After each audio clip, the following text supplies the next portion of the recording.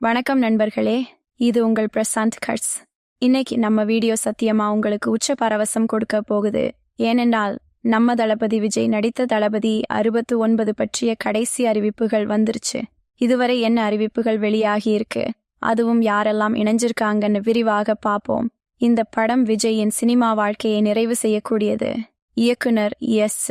வினோத், தீரன் மற்றும் துணிவு போன்ற வெற்றி படங்களை இயக்கியவரே இதை இயக்குகிறார். இந்த படம் ஒரு அரசியல் படம் இல்லாமலே முழுக்க த்ரில்லராக அனைத்து வயதினரையும் கவரும் வகையில் இருக்க போகுதாம்.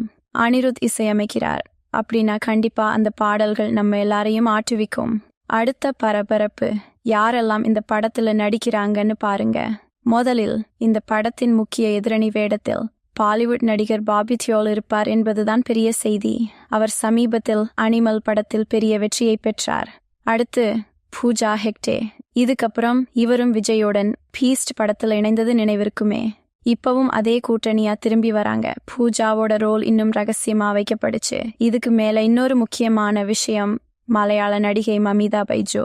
இவர் முதன்முறையா தமிழ் சினிமாவுக்கு வருகிறார், அதுவும் விஜயுடன். இதுல கௌதம் வாசுதேவ் மேனனும் இணைந்திருக்காராம். சினிமா ரசிகர்களுக்கு இது ரொம்ப அழகான சர்ப்ரைஸ். இன்னும் பெரிய தகவல்னா பிரியாமணி. இப்பதான் அதிகாரப்பூர்வமா அறிவிச்சாங்க, விஜய் சாரோட முதல் கூட்டணி இது. தளபதி விஜயின் இந்த கடைசி படத்தை ரசிகர்கள் ரொம்ப பெரிய வெற்றியாக்கணும்னு முடிவெடுத்திருக்காங்க. இப்பவே இப்படத்தின் வெற்றி உறுதியாக பார்க்கிறது. விஜயின் கடைசி படம் தளபதி 69 ரசிகர்களுக்கான மிகப்பெரிய பண்டிகைதான்.